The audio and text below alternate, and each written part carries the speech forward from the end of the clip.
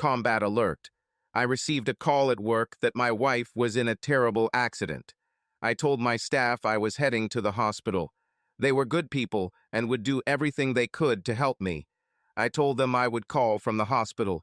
Let my fears turn out to be unfounded. The hospital looked typical. It seemed designed specifically to prolong and deepen the suffering of a family waiting for some news. Even confirmation that the hospital had called the right people and that it was indeed my dear wife, Addie, whom they had admitted. After what seemed like an eternity, a nurse and a trainee doctor approached me. Unfortunately, their patient was my Eddie. She had various bruises and injuries to internal organs, although no internal bleeding was found. Her legs were broken, and apparently badly. Yes, they thought that she would be able to walk again, but the rehabilitation would be long. The nurse kindly asked if Addie was an athlete because, as she said, she had, in the past tense, nice legs.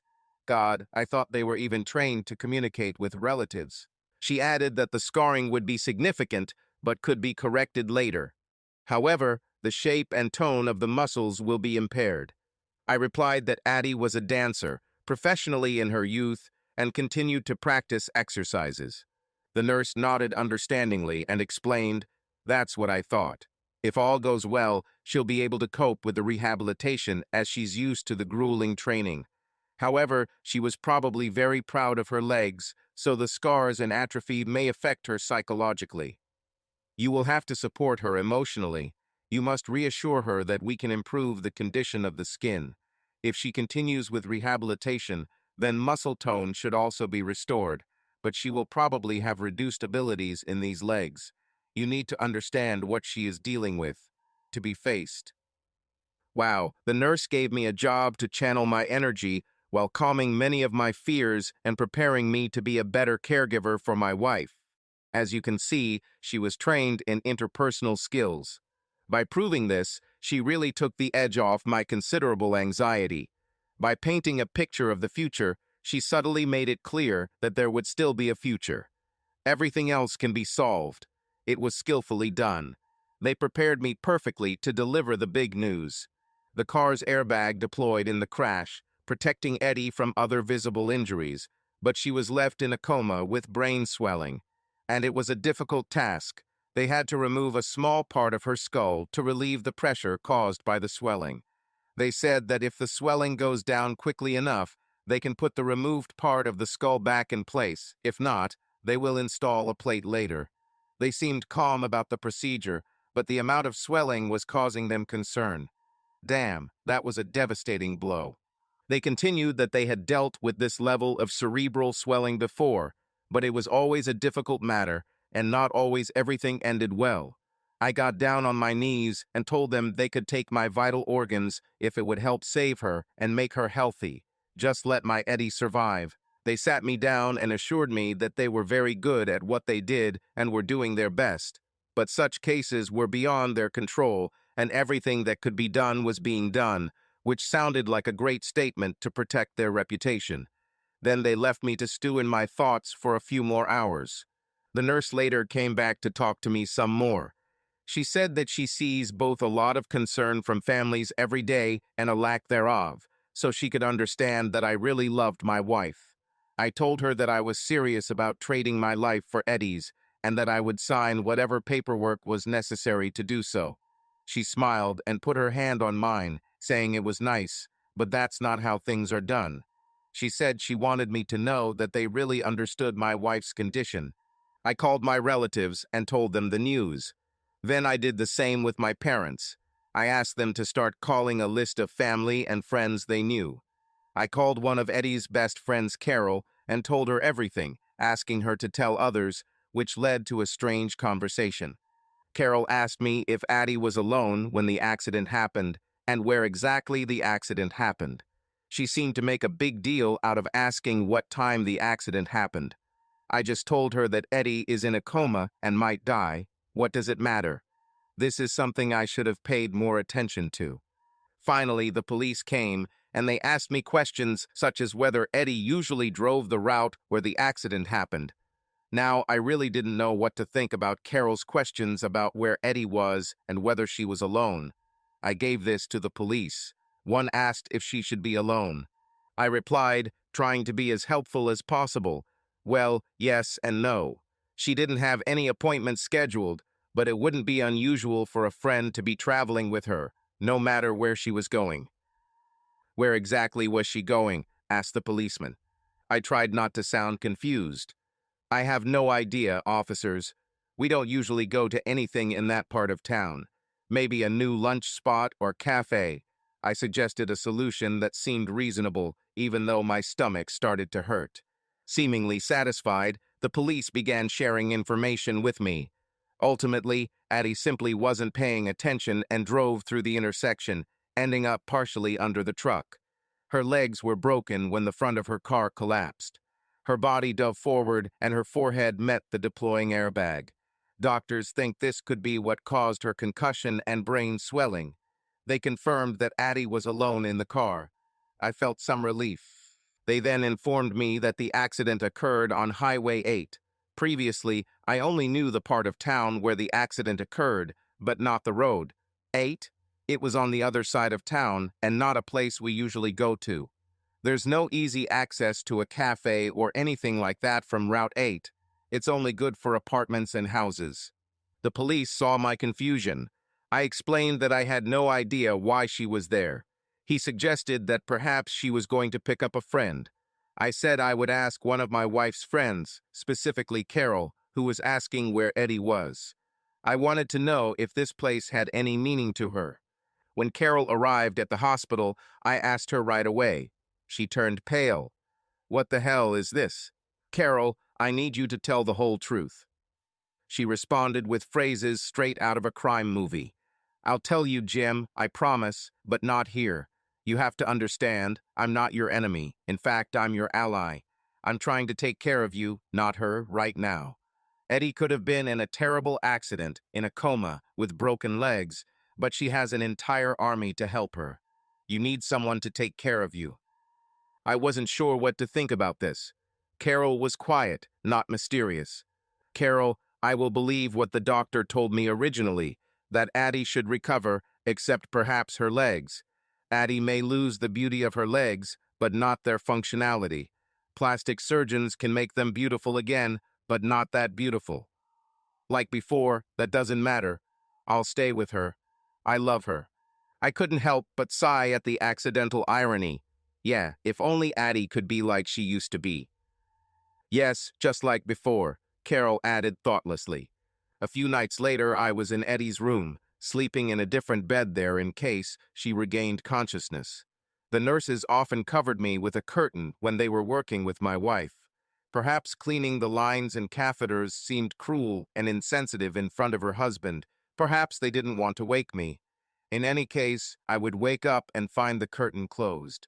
Late one night, when the nurses had already done their work, a man entered the room.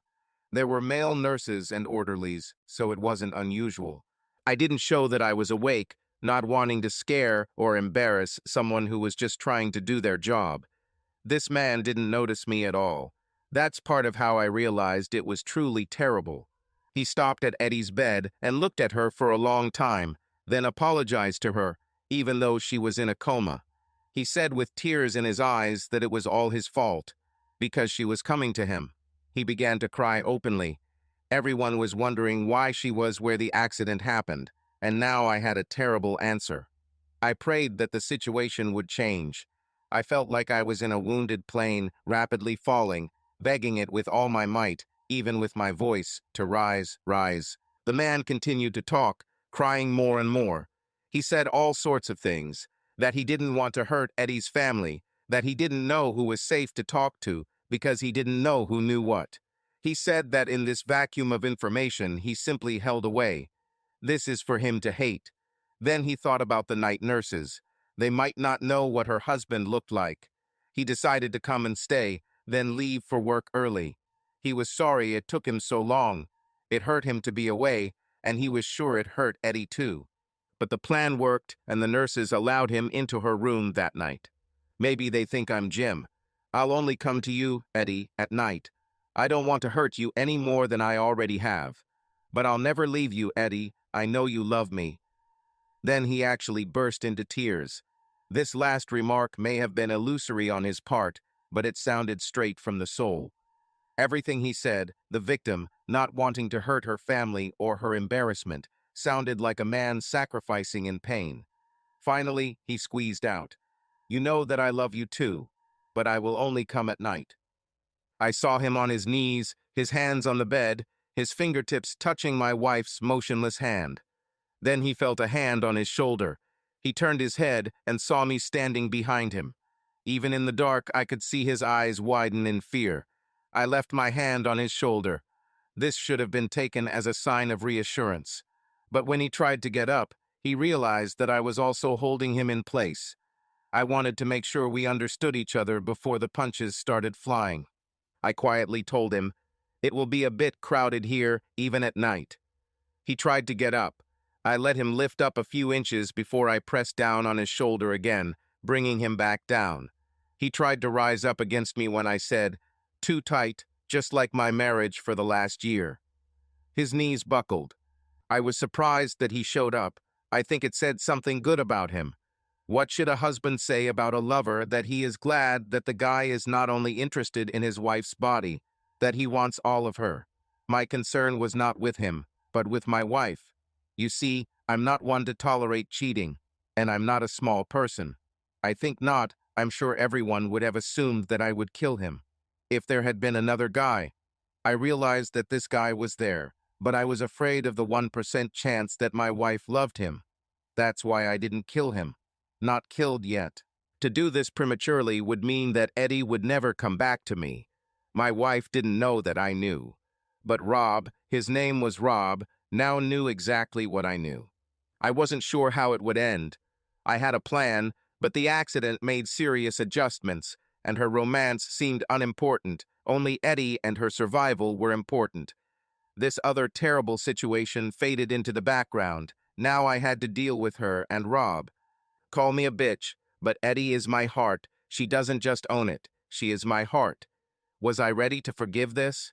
Yes, if we really put this behind us, with Addie leaving the affair and Rob behind. I was going to end it all. The damn affair had plenty of time to end, and it didn't. So it was time for me to intervene, but the accident changed everything. I made a quick decision. A fight in a hospital room would only be appropriate in a James Bond movie, but not when my wife is between life and death. And I wanted to know more about this man. His coming here, what he said, the damn novel had much more depth than I thought. I forced my face to show that I wasn't a threat, well, at least not an immediate threat to him, although I did increase his anxiety. Come to the other side of the room and talk to me, Rob. He turned pale, realizing that I knew much more about him than he thought. We talked. It was a unique experience. Once he realized that I actually planned to let him survive this encounter, it was both enlightening and heartbreaking. Rob came back 2 more of the next 4 nights. We talked. He didn't want to love me, but he had respect. As his respect deepened, although he tried to hide it, I noticed that he was looking at me with something that made my blood run cold. Pity. I never imagined a scenario where I would lose to him. I didn't allow myself to think that way. But now the possibility arose, although it was still a remote possibility compared to the possibility that my dear Addie might die. We were both a little surprised, but encouraged that the other person actually cared about Eddie. I was not an abuser, and he was not a ladies' man. He knew that I still hated the very fact of his existence, if not him. If we came face to face, it would be a short encounter both physically and emotionally. I had the advantage in everything, and it was obvious to both of us. But damn it, he still looked at me with pity. He knew how much I loved my wife. He noticed this, saying it was obvious to everyone, even in the way the nurses briefed me. I said, "Nurse, it's ironic that Rob is Eddie's brother, so they let him stay." Yes, it seemed like I had it all figured out. So why was this guy sleeping with my wife? Let me back up to answer the obvious question. I am a successful person. Honestly, I have succeeded where others have failed. I am capable and well-built. So why didn't I kill Rob? A few reasons. I didn't want to go to jail, and I especially wanted to be near Eddie. I wanted to make sure she had a protector when she couldn't protect herself. and I heard Rob say he loved her. Normally, this would be reason enough to ensure that no one ever heard from him again. But Eddie was in a coma, in a state between life and death. It just didn't seem like the right time to pull out the wood chipper. Besides, Eddie's condition left me mentally exhausted, and I was in no condition to commit murder. And here's an even worse reason I could imagine. Maybe Rob's voice could help Eddie get his life back when mine couldn't cope. I had a new plan. I needed information. I actually invited this guy to Eddie's hospital room during the day while friends and family were there. He appreciated that I introduced him as Eddie's friend from work. When I mentioned Rob's name, Eddie's mother made a strange face, as if she was trying to remember something she couldn't immediately remember. She became very suspicious of Rob from then on. It is obvious that she did not know about their affair. I put on this whole show to see who was in the know. As I introduced Rob, I noticed that a few faces, not as many as I thought, made surprised expressions. "This is Rob. He's Eddie's friend from work. Does anyone here know him?" There was my performance in the room. "I think it's very nice of him that he cares enough to come." I looked at him with a face that made him gulp. I think it's best if you treat him like family." Yes, positive identification of two women with their mouths open, maybe two more, but not sure. I was going to talk to those I had confidence in today. Their reactions were different enough to warrant attention. One seemed stunned by Rob's insolence. The other, Carol, tried to kill him with her gaze. 3 of us went to lunch. We took turns doing it. I left the crowd in Eddie's room, including Rob. If he felt guilty there, great. He deserved it. If he really loved her as he said he did, then at least he was with her in the light of day. I quietly told the 2 women whose reactions to Rob I had noticed that I wanted to have lunch with them alone. I am a large, tall man with what many call a commanding bearing, and people look to me for reassurance and leadership. I never abuse this gift and try not to let people down. I may have been given this gift, but I worked hard to live up to it. My decisions now concerned my own wife. No one questioned my actions in the current emergency, nor did the women to whom I told them they were going to lunch with me. They knew that it was connected with my wife, but they knew nothing else about what this dinner would be. Both women looked at me with wide eyes as I led them down the hallway and out to my car. We sat in a quiet corner of the diner. I didn't waste time. As soon as we sat down, I asked, "Why did you support Rob in his conquest of my wife? Why did you support the destruction of my marriage?" They sat with their mouths open. Carol soon lowered her head, seething with anger. I was truly shocked that Carol was an accomplice. She seemed like a real honest person. I continued, "I'm going to get her back completely. Then I'll deal with him. I can't stand Addie having an affair, let alone an affair. Damn, now that bastard Rob actually has feelings for her. I want a future with her because I never stopped loving her. I hope you support this." I hoped that by letting them know that I knew about my wife's affair and their involvement, I could get honest information from them. They looked at me. Carol chimed in with more than a little emotion in her voice. "Jim, I never wanted to take sides. I was hard on Eddie because of Rob. But you should know, now that everything's out in the open, it's not just physical. It's, well, damn, how can you say that about an affair? I wanted to say that it didn't work. Damn, I can't say that to you. It's not fair to some of us. They go their whole lives, one way or another, and never find a good guy, but she found 2. I let disgust and anger seep into my response. I agree with the unfairness too, especially since I was the first and Addie promised me she was no longer on the market. She shouldn't have looked for another good guy finally, regarding Rob. No nice guy has an affair with a married woman. If a voice can express pain, then Carol's voice expressed it. Addie wasn't looking. And oh damn, Jim, you weren't the first. Rob has known her since college. I tried to keep a straight face. It was a shock that Addie had known Rob longer than she had known me. She never mentioned him. Were they dating then? This was new information and quite alarming. They weren't in love, Jim, but they were good friends. On again, off again friends. If you're looking for how the guy got to your wife through your white knight armor, No one could. Rob was already there, inside the gate, when you wrapped your armor up. Around Eddie. He was a confidant and a part of her before you put up walls to protect her. He was no longer her lover, but he was inside the protection, and years later that fact allowed their relationship to develop again. Eddie. Being honest with you and everyone about him moving here and them working together, and the death of his parents, well, damn it, everything. I concluded. So her colleague who lost her family was not a woman, although she made that clear to me. Jim, Addie didn't do right by you, but she tried. She had the support to do the right thing, and then, when she failed, to make it right. I frowned every time she wanted to tell you about her very close friend, and I didn't do that. I told her what was what when she started to have more feelings for him and didn't tell you about it.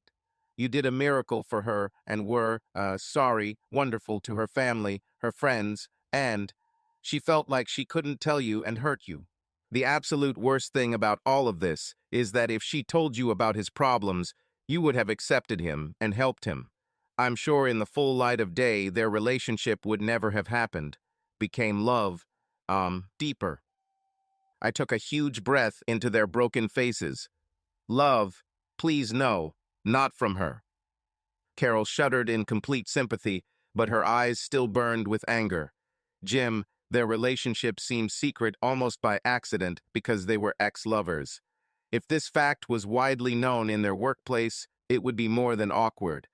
When they realized that their past relationship was secret, it allowed their relationship to move into other secret areas that they should never have gone into.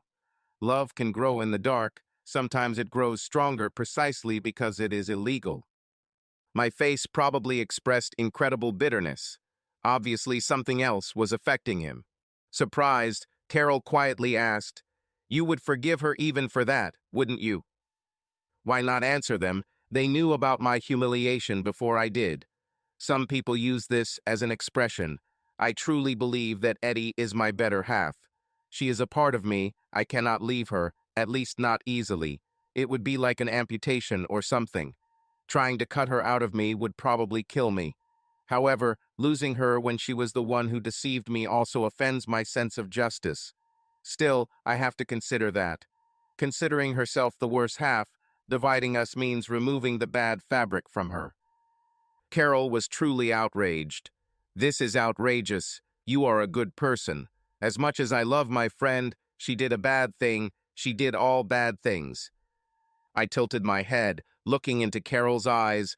So wouldn't love be wonderful if I would still protect her even when she does something bad? Carol was indignant. Even if it hurts you, damn it, Jim, she's doing bad things against you. Yes, as long as she doesn't kill me. I raised my palms, begging them to understand. This is the definition. I can forgive an affair, but not abandonment. I knew I looked miserable. Why hide something? So I told them where my protection of my wife ended. I publicly defined one limit to my love. I believe that love should be defended to the last resort, going down with the ship. When it sinks, you are free to save your life as an individual. But love is too rare a gift to be treated cheaply or carelessly. It is a blessing and not a commodity. The world would be a better place if people understood this. Now women looked at me differently.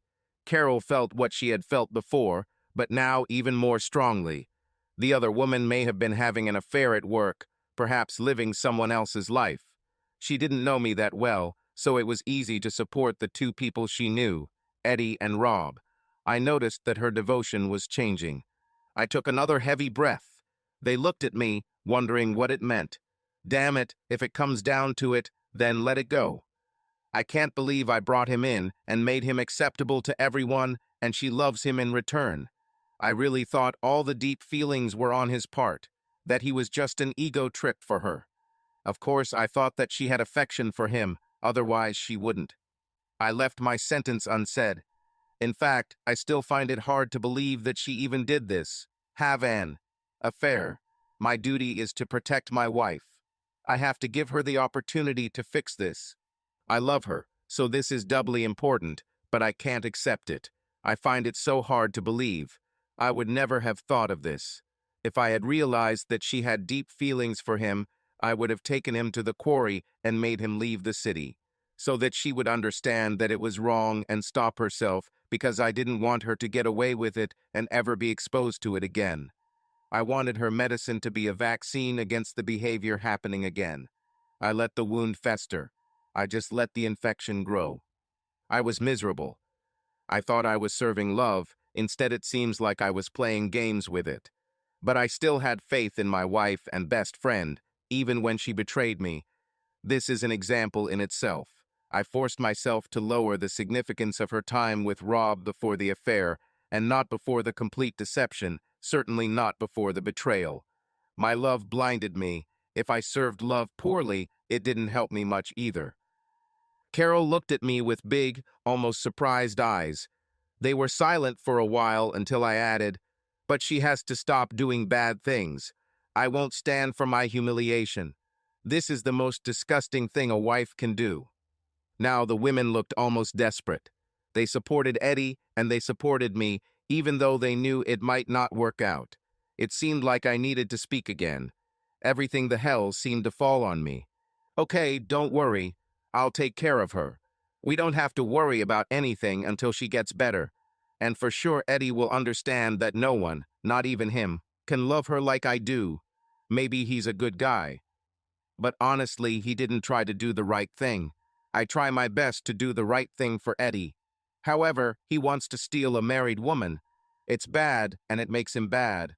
He should know that if he wasn't special to my wife, I would have sent him to the bottom of the harbor long ago." Carol ventured to comment, I think he knows that. This is the most confusing situation I've ever been involved in. Jim, I want you to remember this. I don't know what's going to happen, but you have to win. There shouldn't be any competition, but if it's all about what's best for Eddie, who loves her more, who's the better man, then you have to win. But Jim, there's the friendship and the past that they have together, and the things that I do. I don't understand. Jim, I'm afraid that if all this was as clear as it should be, this would never have happened in the first place. If you want her, even now, hell, especially now, then it should be you. Two riding off into the sunset together. But I lowered my head. I worked and lived with the assumption that our future was secure. I keep my promises. I promised Eddie my everything until I died. She might stumble, but she can still count on me. That's the point of marriage, right? When one is not strong, the other helps him. She fell, and now she can't walk. I'll carry her if necessary. The women tried to hide it, but they were on the verge of despair. I left. I was going to lose. It was ridiculous. My beloved Addie was hanging between life and death. This is where my focus should be. But if my love was not the force that could save her, then I needed to reconsider my plans. I needed to find something more powerful. What the hell should I do? I was never going to give up on Addie, and the only person who could make me stop working for her was Addie herself. Since she was currently unable to vote, I had to continue as I had always done, trusting that her well-being and destiny depended on me. Eddie needed me. I would fight or die trying. I suddenly stopped, almost causing the two women to collide with my back. Wait, let's talk about looking at things from a different perspective. My brain was swimming. A new idea was taking shape. Maybe this is it. It was grim, but it was an opportunity. I didn't hesitate. I was all in. My prayers were answered. It took a while, but my Eddie came out of her coma. She was atrophied and weak, but she seemed whole. Everything that was Eddie's essence was there. Everything that was weak and damaged grew from this essence and could be restored to a great extent. I was and remain extremely grateful for this. I was grateful even months later. We became a universe of two, with occasional visits from friends and family. I tried not to choke her, doing everything I could for her without crossing the line. But the poor woman couldn't walk, couldn't roll over at first, had trouble speaking, which quickly passed, although she was still out of breath from talking for a long time. I took care of her and looked after her. Even cleansing it was a joy compared to not having it. I was willing to take this deal every hour of every day for the rest of my life and consider it the best deal I had ever been offered. I made sure that she could quickly find me in any room if I was not nearby. Addie felt comforted by my efforts to protect her. She told me that she needed me. Only one thing could make me even happier. I was thrilled to see Addie getting stronger each week. The rehabilitation was grueling. Addie fell several times, but I always managed to catch her. There was a nervous tension, waiting on a razor's edge for something, anything, to go wrong. She needed to do everything herself, but I was prepared so that she would not receive further damage during her heroic struggle. However, being so attentive without being intrusive was as tiring as it was difficult.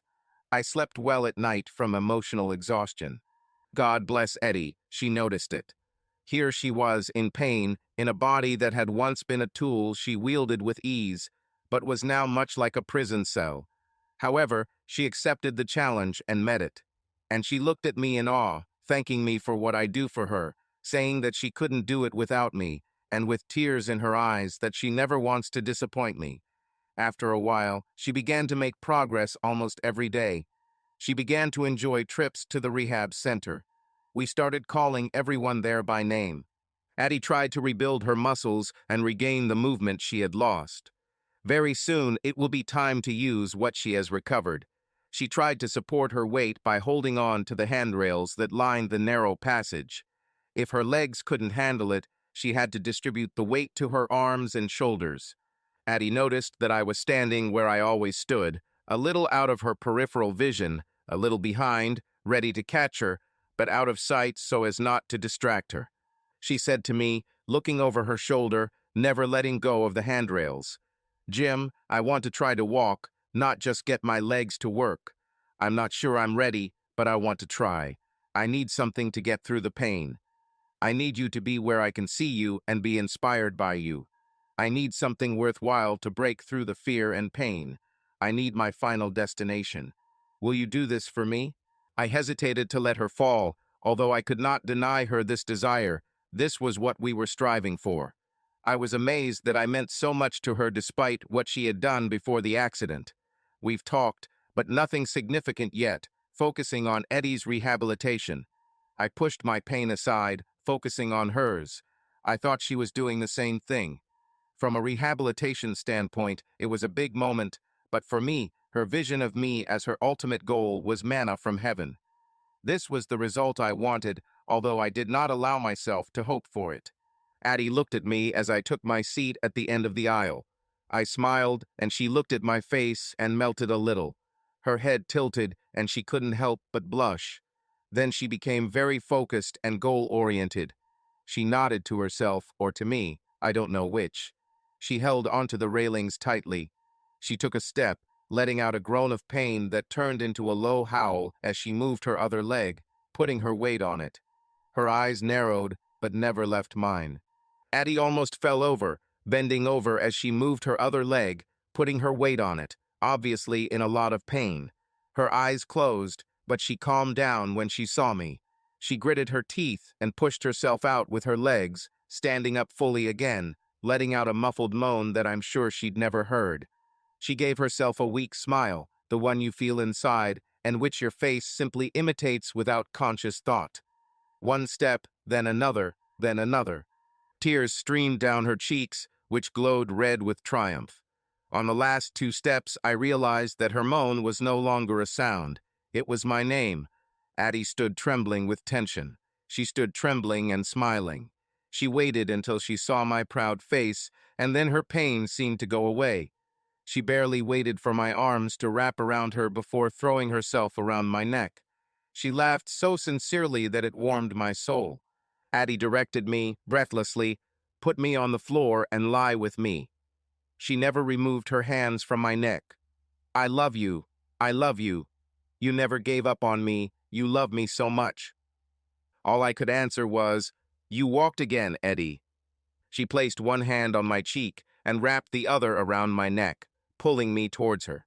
"And I probably don't deserve it. You know that better than anyone.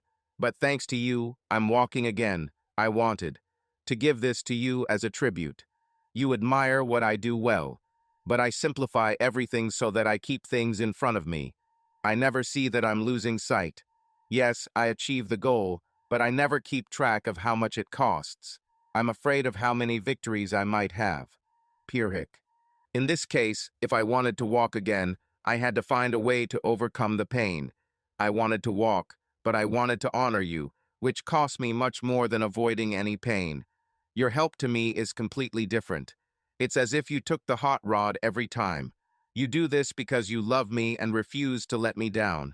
When I failed you so badly, so tragically, and so completely, your love for me has always inspired me. You want me to be better. Whatever it is, you don't hate me or leave. You did all this for me. I wanted you to see what you mean to me. Oh, Jim, I hope this doesn't cloud what I've already said. I swear it's true. I've always loved you, even oh, I'm so sorry.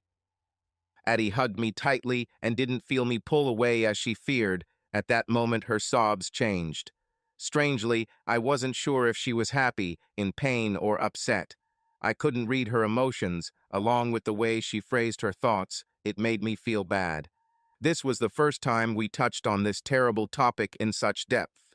I looked around the room at the assembled rehabilitation specialists and staff, glowing with Eddie's triumph and the obviously happy couple. I didn't want to ruin their excitement or ruin this joyful moment, so I decided to leave it for later. Instead, I enjoyed watching Addie take her first new steps toward me, just as I remembered her walking down the aisle to become my bride. We were driving home after her first walk when she spoke in a quiet, firm voice that just caught my attention. We haven't discussed this yet, not directly. I tried. You always talked me out of it, saying I needed to focus on getting better. You always know better, but it didn't seem fair. Jim, my body is healing. It needs to get stronger and remember what it can do. In my mind, this was the last major barrier. I know I still have a long way to go, but I feel like I'll definitely get there now. So it seems I need to turn my attention to what I wish I had all along, back to us. Can I start now, Jim? I nodded, not knowing what else to say. Addie said, "Remember when I woke up in the hospital? Maybe not the first time, but the first time I was clear from the fog. I could move, my thoughts were confused, and I thought of you first. I think that's okay, but I'm not sure." Why do you say that? Eddie's expression was determined. I was scared. I was hurt, compromised and scared. You were always my knight.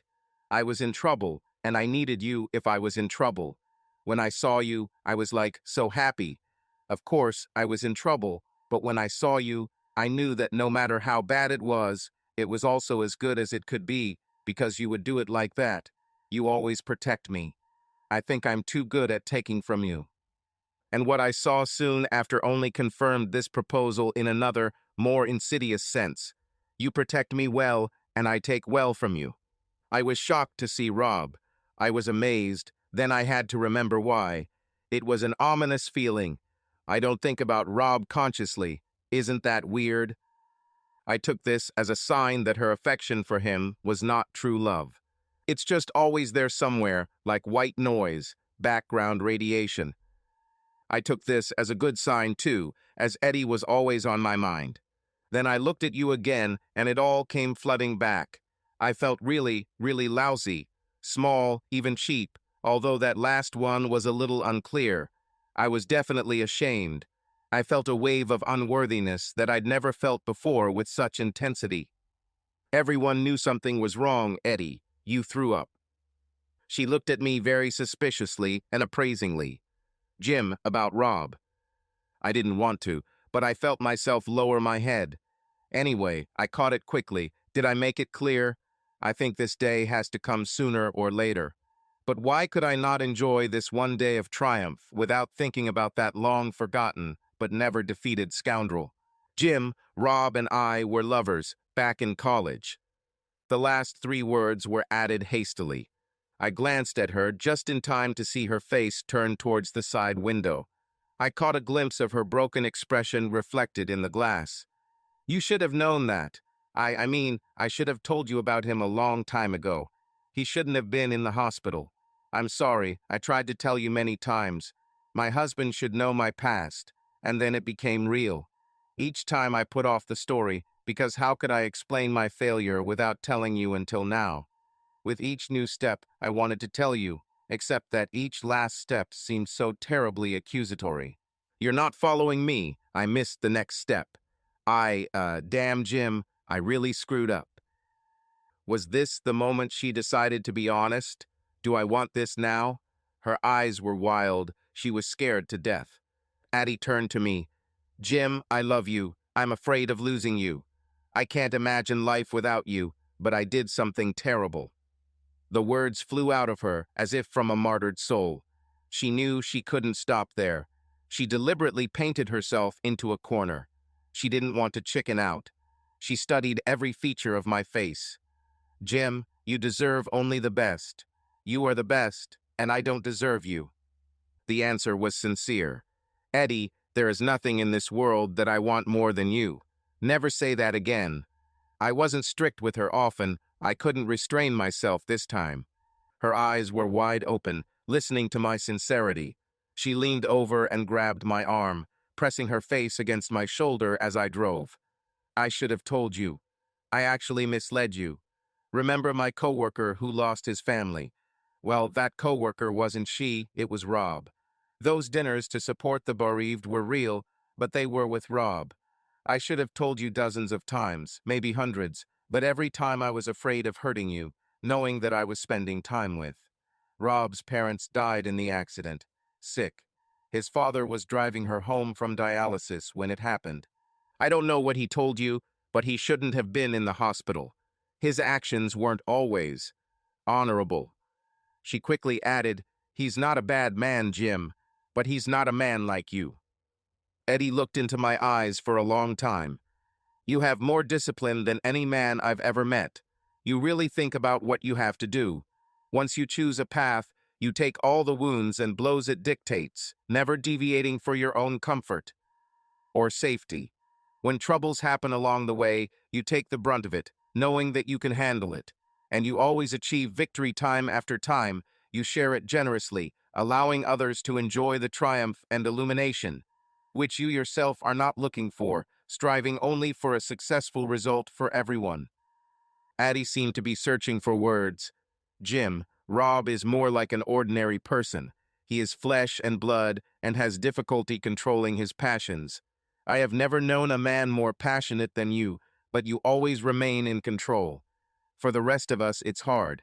You're like the driver who has the fastest time on the track. He was so smooth that he almost didn't notice how fast the other drivers were going around the corners and overdoing it when they made the wrong line, the car lurching from side to side. The tires squeal. They seem to be going very fast, but their times are no match for a driver who does it easily. I know it's not always easy for you, but you make it look like it, instilling great confidence in others. But we rely on you too often, pushing things to the limit. Addie sighed heavily. I just want to say that I appreciate you. You've always let me see behind the curtain, but sometimes even I act like a normal person and take you for granted, relying on you and your strength more than I should. I know that you would spend every ounce of your strength to satisfy or protect me. I will never meet another man like you. Compared to you, Rob is drowning in imperfection, seems relaxed and undisciplined. This is not true, compared to you. Most men, Rob stands out and stands tall, but he will always live in your shadow, and this is not fair for him or for you. It is the strength of your nature. I still didn't know what to say to such comments. I remained silent, hoping Eddie would talk about his relationship with Rob, hoping that was in the past, and that she had learned her lesson to never go near such a flame again. I wanted to know where I stood with her. Flattering words did not tell me what I wanted to know. Addie was very serious and tried to hold back her emotions. Rob, you navigate a minefield and create a clear path for those who follow you, taking extra precautions to protect those you love, never letting others see how hurt you are. By doing this, you don't let them see how much you suffer, how deeply their failures hurt you. You take on the pain for them and do the right thing for them, even when they don't do the right thing for you. You love and believe in. Even when you are wounded, you do it as if it were easy for you, which puts you at risk again. Eddie's tears increased. Her hands were shaking, her voice was tense. I'm trying to thank you for choosing me, for protecting me, and mostly for loving me. I want to beg for your forgiveness for your weakness. Can you forgive me? I said I can, not that I will. We haven't gotten to that point yet. Baby, I can forgive you almost anything. Eddie smiled through a playful laugh. I thought your love for me had no limits. Her confession, or whatever she could bear for now, was over. Addie playfully asked, "What are these things that you can't forgive me?" "Killing me or us," I replied matter-of-factly. She turned pale. Addie really looked scared. It's one thing to tell your husband, who adores you, that you had a lover before you met him. It's quite another to tell him that you took a lover after marriage. I smiled as I explained softly, "If any of this happens, I'll already be dead, so I simply won't be able to do anything, including forgiveness. You'll have to live with my blood on your hands. But if you're honest and loyal, there's little we can't do. Overcome if this is behind you." I smiled, trying to add some humor, but she knew it was true. Honestly, sincerely, and deadly true. We arrived at our house. I took my time to give her time to compose herself as I walked around the car to help her out. I sent a signal. I would be hurt, but she could tell me about her recent affair when she was ready. This could be forgiven then. Only one person can grant forgiveness, and only one person can earn it, but it often takes two. Addie was exhausted. Her first walk in almost a year and a partial confession took all her strength. It was easier for me to just take her out of the car and carry her inside. I smiled and beamed. Addie quickly removed her protective barriers and let go of her anxiety, joining my joy. I reminded her as we walked inside that her cheerful trainers, who had stepped aside to give us some time, had said that with the dedication she had shown and the energy it took to get to this point, she was sure to have the best possible rehabilitation, restoration of all movements that are possible. They assured that with use and exercise, strength would not be a problem. I beamed at Eddie, and her bottom lip trembled in response. My joy seemed to be contagious as she wrapped her arms around my neck and loudly proclaimed that she loved me again. Safe in her home, exhausted from the exertion, the pain she had overcome, the triumph of her achievement, and perhaps in no small part from the release of her pent-up feelings of guilt and love, Addie fell asleep. I watched her sleep peacefully on the couch for a few minutes, thanking God for her return before I carried her upstairs to bed. A couple of hours passed before Addie came back to life. She saw that she was still in her gym clothes with a light blanket over it. She smiled and asked, "Did you want to take advantage of me?" She was beaming again. "To be honest, I didn't want to wake you up, but I'll gladly do it for you," I replied playfully. "Can I hold on to your neck? I think I could stand like this, and you could take a shower with me." Then she became shy, or maybe I don't want it. She said this thoughtfully. Then she winced, her eyes widened, and she quickly added with a feeling of guilt, "Not yet." Her bottom lip curled up against her teeth to match her guilty, scared eyes. "Oh, Jim, I was just afraid you'd see my scars and deformities. Maybe I'm not attractive to you anymore." I told her softly, "Eddie, I saw all this even when you still had pins and pins." She blushed deeply. "Yeah, but I don't think you've seen more than a quarter of me at one time since the accident. To be honest, I haven't worked up the courage to look at myself. It's okay if you don't want to shower with me. I would have held on to you, and you would have been in an even worse situation. And you must be tired after everything you did for me today in therapy, then carrying me here. I don't remember how we left the car." She beamed at me again. "But whenever you see fit, I'll be waiting for you to undress me."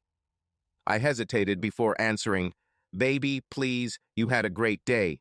I know because I've dealt with your temporary body condition and scars that this was real progress. You're in much better shape than you were, but I'm afraid that you will be afraid if you see it, and this is not the course to follow now.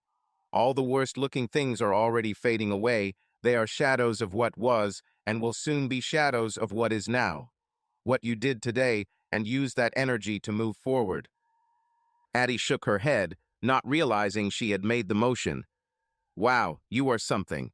This shower may not be the pleasure I wanted to give you, but I would love to be vertical and stand under the water with you, pressed tightly against you." We exchanged genuine warm smiles. We took a shower. I know it was painful for Eddie, but she was all joy and light. The carefree laugh I heard from her at our clumsiness was a huge reward. She was my beloved wife. Eddie is back. I thank the Almighty that she was not lost. Addie became very serious as she pushed her fingers through my hair, looking into my eyes. I can't understand you, your love and devotion. She turned pale as she said, I don't deserve this. It's a fact we both know all too well. I need you in so many ways. Dry us or leave us wet, but please put me on the bed and join me. Baby, I'm not sure your thighs can handle my weight much longer. One of them has been rebuilt. I'm a big man. She nodded, but never looked away. Please, please, Jim, I need it, and you need it. You've been deprived of too much in too many ways for too long. Please. I didn't think missionary would be an option because of my weight. I knew going on my knees wouldn't work. I dried Eddie off and kissed her as she sobbed softly.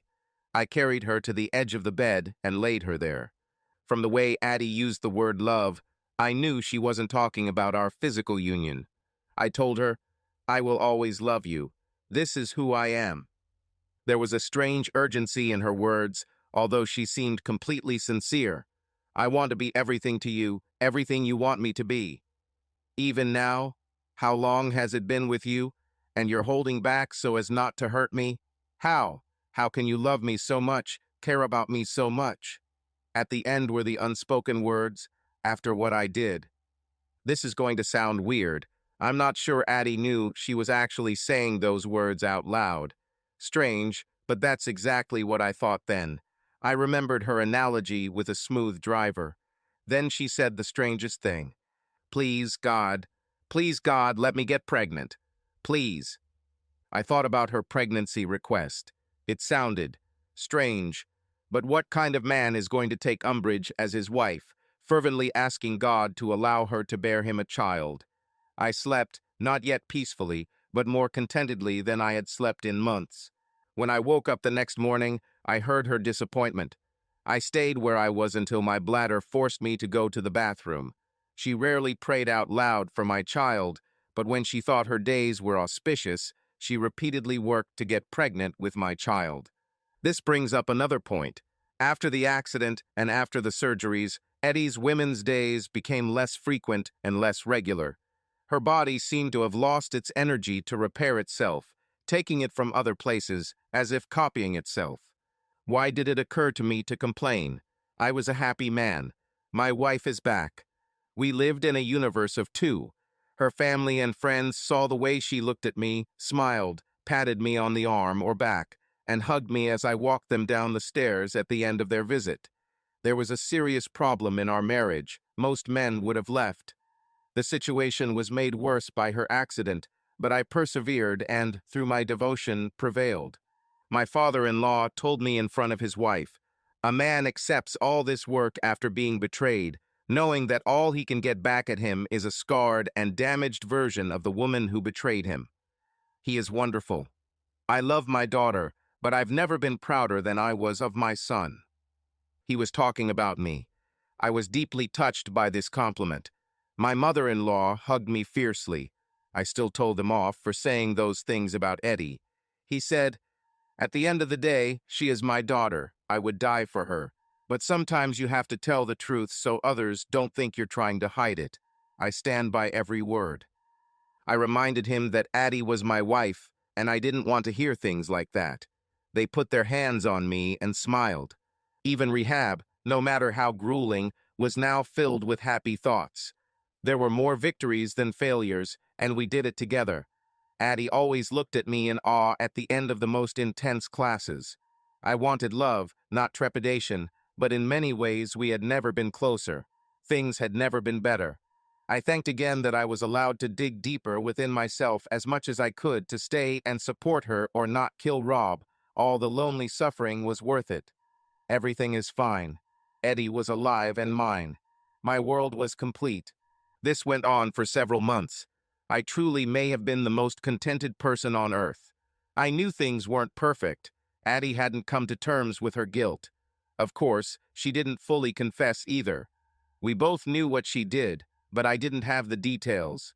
Not how long or intense, and certainly not why. I wasn't sure what else I could do to convince her that she was forgiven, that I didn't want to think about it anymore. I just wanted her. Even when I spoke the real words, they seemed to distort something inside her. I decided that I just needed to give her time, and if I had to go through this weird ritual of hers until she forgave herself, I thought I could get over it. Something had been bothering Eddie for weeks, simmering beneath the surface, and now it was more intense. On the way back from her ongoing rehab, she barely spoke. When I momentarily placed my hand on the center console, she grabbed it and pulled it to her lips. She then held him in her lap with both hands. Her movements were full of despair. I drove home with one hand on the wheel. Although Addie still needed help getting out of the car from time to time, she was getting around quite well. She walked inside and headed to the living room. This was unusual because after strenuous efforts, she almost always preferred the kitchen or shower. So, something was really different. She looked up and saw me standing there. She jumped in surprise, then smiled, shaking her head. "You must have a radar. You can read my mind and know when I need you." She stopped all movements, just absorbed me, looking at me, although something was wrong about it. "Jim, can I talk to you, please?" I replied, trying to sound cheerful. "Always. There's never a bad time to talk to you. I want to know everything you're thinking." Her head dropped. I didn't want to hurt her by bringing up our past problems. She knew I didn't mean to hurt. She smiled gratefully. Her eyes radiated love. "You always knew when I needed you, and you always knew what I was thinking before. And then, everything changed. It was because you trusted me. I used that trust to hide the truth from you. You never didn't see my wrongdoings because you had no reason to look. Until that moment, I never gave you a reason to lose faith in me." Her tears were flowing now. "I'm so sorry. I'm terribly, terribly sorry. I want to talk about this, but I need to say something else first." Addie took my hand. I've never met a more wonderful person, and I mean it. I'm honored to be by your side. I'll come back to that later. Rehab, everything you've done for me, you were tireless in your support, unshakable in your confidence, boundless in your love. There were moments, I think it was something like childbirth, when the pain was so intense that it was necessary to translate it into emotions to relieve some of the tension. I screamed and cursed during rehab, sometimes at you. I don't think I ever called you names or blamed you, but your face was the one I screamed at, and you always responded with a caring, loving expression to calm me down. This time you absorbed every offensive attack, reproach, and injury in order to ease my pain. And in light of that, well, we'll come back to this. Addie tried to find the words. "Jim, I understand that sometimes the pain has caused me to cling to you so tightly that I left bruises. I also left more than a few scratches on you. I see them when you take off your clothes at night, or lately when we shower or make love. I'm sorry. Your help cost me not only time, love, and energy, but I hurt you physically, and I think I'm trying to do that now. But even more, I want to thank you. I just can't express how grateful I am. You were amazing." I clung to her words. "Was it? In the past tense?" Addie looked like she was choking. No, this is not. Right, a lot of things are wrong. I hate it, and myself more than a little."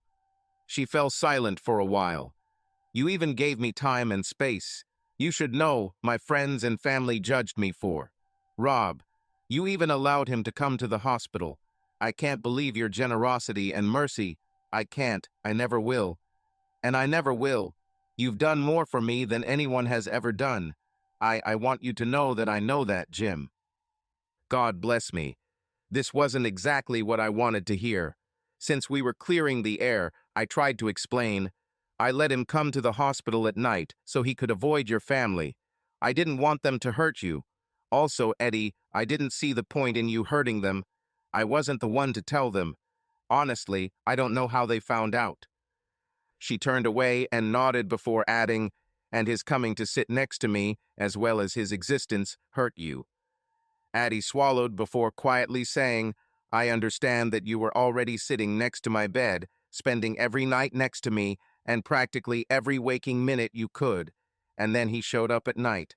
That must have been terrible for you, Jim. Not as much as the fact that he kept coming to you after you woke up, which meant you wanted his visits. Eddie's face contorted in pain, and I added, to make it worse, and I understand you're still in a relationship with him. Her mouth fell open. She was like a deer in headlights. I guess the shock is that I rediscovered it. I know you were on the phone with him when I left. I raised my hand to stop her questions or objections. No, I didn't check. I didn't try to read your messages and emails. You either love me or you don't. If there were things you wanted me to know, you would have told me. Unfortunately, I also know that you are hiding things from me. I didn't want to admit it, but Rob had to know that you wanted his visits after you woke up in the hospital, otherwise he would have stopped coming. Since I never heard him ask you directly, it probably meant you communicated through your friends or family until you could arrange his visits yourself. There must be something about me that people betray. Once you felt better, you kept doing it through your phone, text, or whatever. Her chest heaved heavily. She looked at me in bewilderment. It's not that I didn't know you were having an affair. I talked to your lover, for God's sake. I made excuses for him to the people who love you, and I treated you despite it because I love you. Eddie's eyes were huge. I could barely hear her breathing. She seemed to understand that I knew how often she saw him before the accident. I think she thought I was thinking about a momentary fling, not a romance, and certainly not that I considered their messages to be a continuation of their romance. I knew he hadn't slept with her since the accident. He hadn't been around her long enough, but sex was only part of the betrayal. What else could be the messages between changing lovers? The only exception would be a message to him saying, "It's over and I never want to see you again." I paused for myself and to let Eddie calm down. I was calm as I continued.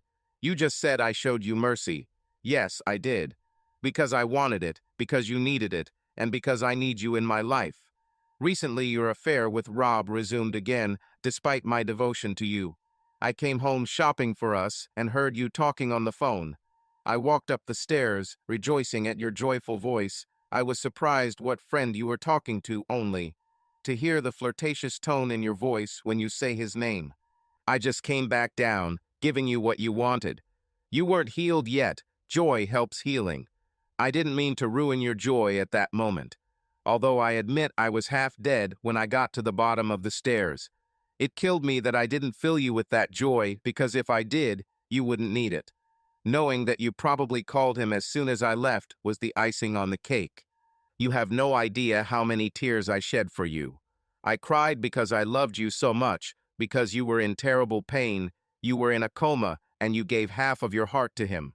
Don't tell me otherwise. I hear you joy when you talk to him, and I see that it is less when you are with me.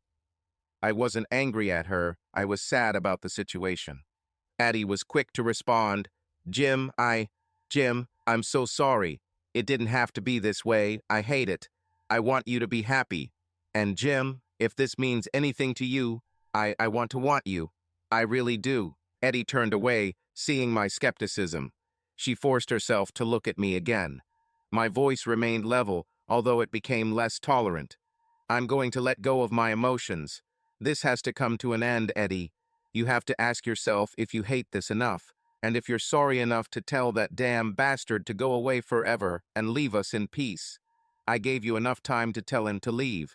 I gave you more than enough time for you to understand who loves you more and better. I want to see love in your eyes again, not just respect and admiration. I turned and left. I'm fed up with this. When Eddie finally made the right choice, I decided that I would make sure Rob never bothered us again. When I'm done with him, there won't even be a body left. Those who say revenge isn't fun have simply set the wrong parameters for their post-local life or simply haven't invested enough in their revenge. I was going to enjoy this to the fullest. Later, I heard Addie on the phone crying. I hoped this was the end. Finally, complete restoration for my family. I have suffered a lot and given a lot, but if you have ever felt true love, you will not doubt it. If you haven't felt it, it will be completely incomprehensible. My heart deserved joy. I deserve it. Addie was an individual, but she was also my wife, and we were partners, although that partnership had been one-sided for too long. I saw this conversation as a matter of course and as a bomb. Still, I admit, the damn situation had so twisted me that I had no remorse for eavesdropping in the hallway. Rob, no, that won't work. No, you don't understand. No, he's better than you. No, Rob, that's not what I meant. Jim is better than me too. Rob, I was going to, but I can't. This is his house, our home. You were too intrusive in the hospital, and Jim even took care of you. Fought with my family to protect you, fighting his pain over your very existence. I am a married woman, and they all protect my marriage as well. It must be. I know we didn't ask for this to happen. I know what we share. Rob, I know it's been a long time. Damn it, Rob. Jim comes in sometimes when I'm talking to you, and he knows. Who is this, fortunately in my voice? This is not just a slap in the face, this is a spit in his face. He is my partner, giving his all, and you want me to force him to let you into our house, so that you can be with me.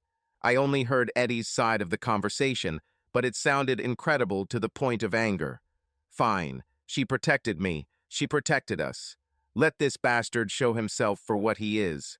Yes, this may finally be the end. I continued to listen. Rob, I'm walking again. I'm getting stronger. I don't know why you two stayed with me. My legs, which were so beautiful, aren't beautiful anymore. I'm going to have cosmetic surgery to make them look more normal, but they will never be my best asset again. No, Rob, I can't. I can't. I owe him something. He did everything. Rob, try to understand. You want to come here. You want to be with me. You love me and want to see me, but as soon as you come here, you will strive to send Jim away. No, you don't understand. You have to understand. Jim can kill you. I felt a pause on his part.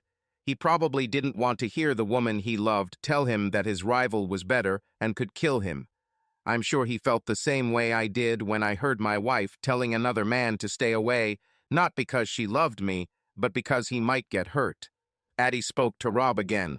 There is no doubt that the only reason you are still alive is because Jim loves me. Now she exploded in anger. Don't ever say that again. If you had pointed a gun at him, he would have taken it from you and shoved it down your throat. He doesn't have to put up with all this, all that I did.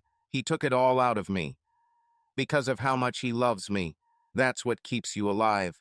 He doesn't want to make you a martyr to me. He doesn't want his actions to break any part of my heart, even the traitorous part. Think about it. Rob, you think about yourself. He thinks about me. Jim loves me as completely as possible.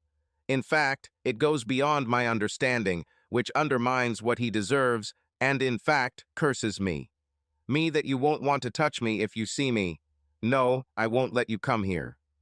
It wasn't nearly as definitive as I wanted, but I thought the hammer was about to fall. And he fell. So, honey, you'll have to wait to see me again until I can go out on my own. I don't remember anything she said after that. Yes, the hammer fell, pinning me in place. I just left the house. Addie didn't know I was back from running errands, and she didn't seem to particularly need my presence either. In a daze, I went to visit Eddie's friend Carol and told her what I had overheard. I just had to tell someone else before I talked to my wife. I couldn't let the message overwhelm me as I tried to reach the messenger. I needed a trial version.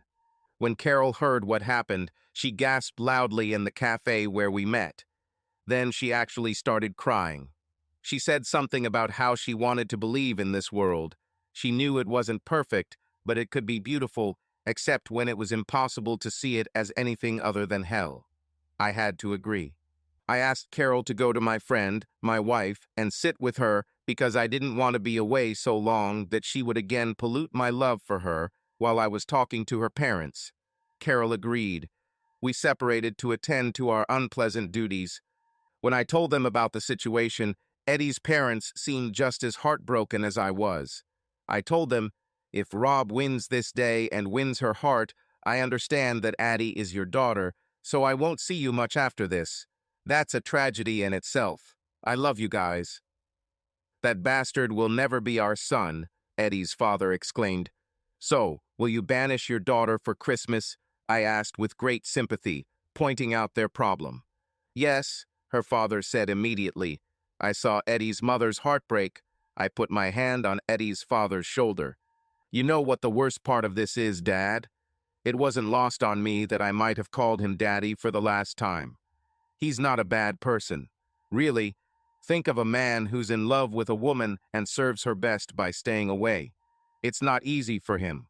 I checked on him. He has no history of misogyny. In fact, past acquaintances said that he always talked about the one who left until he got married. He then devoted himself entirely to his wife. After her death, he transferred to another department because everything around him reminded him of her.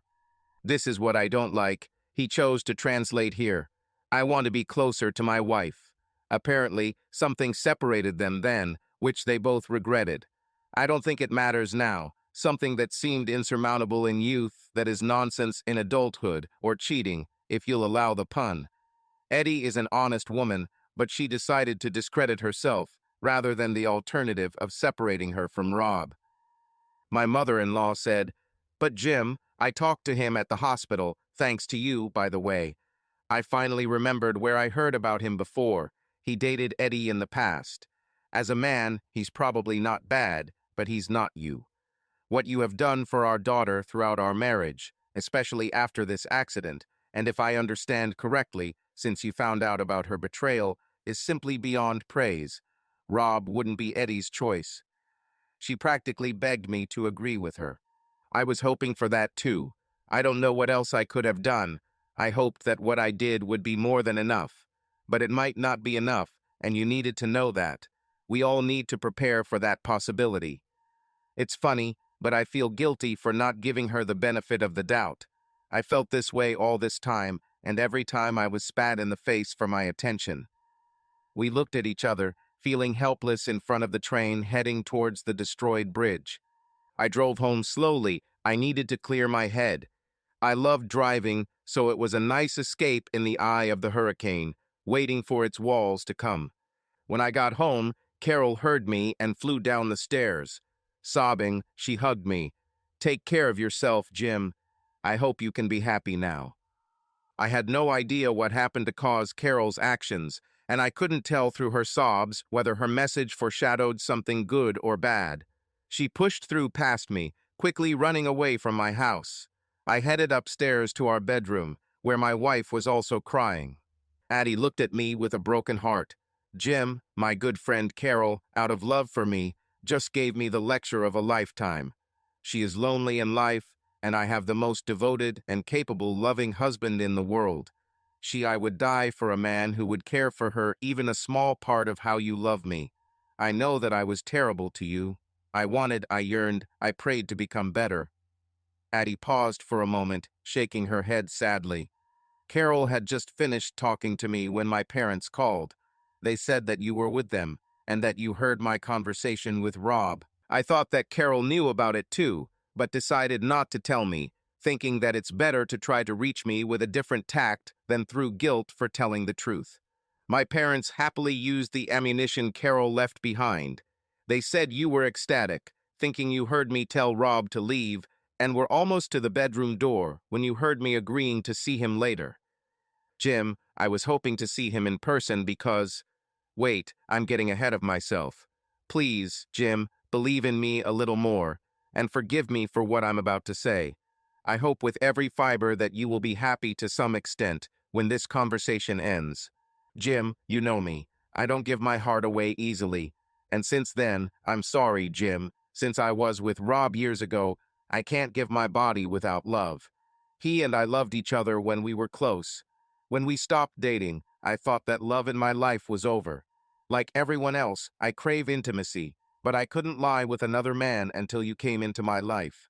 Like a tidal wave compared to Rob's oasis, I gave myself completely to you. I knew I could without hesitation because you were an unshakable rock. You will never stop loving me. I know that because of what I have done and through. That I fooled you, you will never stop loving me. Addie looked at me with eyes that were as deep as the ocean and just as mysterious and incomprehensible. The latter was not because I couldn't read her underlying feeling, but because there were so many emotions. She took my hand. Her grip was strong. It was like the rehab days and carried the message, "Don't let go." You heard what you thought was my desire to rekindle the affair. I'll tell you exactly how I feel about Rob. I love him. Wait, this is different from you, very different. You're head and shoulders above him. I told him this. You are stronger and more capable, both emotionally and physically. You are a better lover, protector, and provider. Rob and I are so similar, makes us a terrible couple, doesn't it? He's like me, almost a mirror. Rob and I enhance the good and the worst in each other. You're different, Jim. To me, you're like a force of nature, if not nature itself. That's pretty scary, Jim. I loved Rob once, and it started again. I swear it's not a new love, it's an old love. I didn't fall in love with a new man. Nothing got through the armor of your love, but he was already inside. With Rob, it's just a feeling of rightness and belonging, but you're fucking something else. It's like you're the truth or something, something I can't define, something much bigger than me. I wanted to object to this, but Addie continued, not allowing me to get a word in. Jim, I loved Rob once, and I started again. And yes, as you know, it got physical. Eddie's tears became stronger, and she couldn't hold my gaze. It took her a few minutes to compose herself and continue, but she fought to regain calm the entire time. I was impressed. She really wanted me to know and understand her feelings and motives. What I didn't understand was extremely important to her. You may not believe it, but I never stopped loving you. I didn't want to move away, but the guilt. I had a rock of rocks, and I wasn't up to your standard, and I didn't have to. All I had to do wasn't to fail. I didn't even have to be tough. I didn't have to do anything but be myself. So of course I did it. I started to speak, but Addie cut me off. Jim, this is very important to both of us, but especially to you. I didn't mean to distance myself from you. I pulled away from you. Jim, I didn't pull away from you because of Rob. This happened by accident due to crushing guilt. Eddie's expression was the definition of shame as she went into further explanation. I felt unworthy of you, but I also knew how much my betrayal hurt you. I should have stopped it, but the attraction to him was irresistible. I think it's obvious at this point. I failed you, hurt you, and was full of guilt. Who else could give me shelter and comfort? This is the worst twist in all of this. Rob, who was the cause of all my negative feelings, was the only one I was with. I could share them. So the man I shouldn't have been with, who made me pull away from you, became the one I turned to for comfort. It all accumulated. It was like a snowball rolling down a mountain. I'm just trying to explain. I would never dare justify my actions. You can't spit in the face of love, Jim. You've been saying that for a long time. So, to be honest with love, I loved Rob, I have to admit it, and honestly, Jim, I still love. I got up and went. I was full of it. I needed to let off some steam before I burst. Addie rushed after me. Wait, please wait, Jim. We're getting to the point. Just a few more seconds. I dodged her tug and walked towards the door. Addie began to climb over the bed to catch up with me. She was still on all fours, which despite her rehabilitation must have hurt a lot when she quickly screamed after her. You are completely superior to him in every way. I love you, Jim. Jim, I really do. I was so amazed by her words that I stopped and looked at her. Addie took the opportunity to quickly say more. But while I felt this, for him, I felt like I couldn't tell him to leave over the phone. I had to tell him in the hospital. I was weak and not yet myself. And to be honest, I was scared to death to say anything. I was too weak to handle his objections. So yes, I wanted to see him one last time in person to tell him that it was all over. Eddie saw that instead of calming me down, she increased the tension. She blurted out, "Let me warn you. I'm not saying I'm a tower of virtue. You might ask if seeing him one last time means I'd like to spend one last night with him. I can't deny that Rob has power over me, Jim, so I pray that this doesn't happen. It's not good enough for us or for me. I wanted a place that was public enough that it wouldn't happen, but private enough that it wouldn't humiliate him. I was worried that he had lost his wife and parents, and there was only one person left with whom he had a strong connection. I was a naive fool in the past. I know, I was flirty on the phone. I'm ashamed of what you heard. I didn't want to give him any reason to suspect anything. I already said that I'm not strong enough. I accepted that he has power over me, even how I feel about him. Please, Jim, I didn't want him to raise the stakes, and started coming here to change my mind. Someone would have seen him and told you, and you would have thought I was deceiving you again, or I hate this, he would have talked me into letting him in. If he had done that, I don't know if I could have stopped him. Do you understand, Jim? You have forgiven the betrayal. Can you forgive my way of completing it? Addie sighed. No secrets, my love. She shook her head in obvious disgust at what she was about to say. Forgive me, neither Rob nor I are as strong as you. If the roles were reversed between you and him, you would be noble enough not to do it. I don't know if Rob can. He's a good man. She lowered her head. As disgusting as it is to tell you this, I believe it, although it leaves a bad taste in my mouth. But how many good people could push this away? I sincerely hope that I would have been strong enough to prevent this. She lowered her head again, although we already know that I was painfully weak. It took Eddie a moment to compose himself and stop his tears. I was interested that she recognized many of the problems and their depth. I wanted to hear more about her plan to fix everything. All she had to do was ask me to intervene, and I would make sure he never bothered us again. But she said she loved him. I needed to hear more about it. My parents were beside themselves on the phone. They consider you their son. My father begged me not to make today the last time you called him Dad. He even said that if you can no longer call him father, then he will. It's fair that I couldn't either. He said you're too good of a person to hurt Rob, but he's not like that. He said he would view Rob as a stranger attacking his son, even if his daughter didn't admit that. Rob is an attack on her marriage. I was more than taken aback by the direction the conversation took. It was a lot to take in. In her panicked state, Addie didn't give me time to think or respond. She seemed confident that any time to think would lead to a negative outcome. She hurried to fill the silence again. My mother took a different approach. She said you healed me, and in return I shouldn't. Kill you. She told me to think about life without you. It broke me. Carol and I cried all the time. Carol told me to record the next conversation in case you ever need to hear it, so I did. She's very thoughtful about it. Take my phone, it's set to talk, all you have to do is press play. Carol, I recorded it too, so you can compare notes and make sure I didn't edit it. Jim, you want to hear this. I told Rob on the phone to leave and never come back. I did it for the sake of our marriage and for one more reason. I told you that I have never loved you less.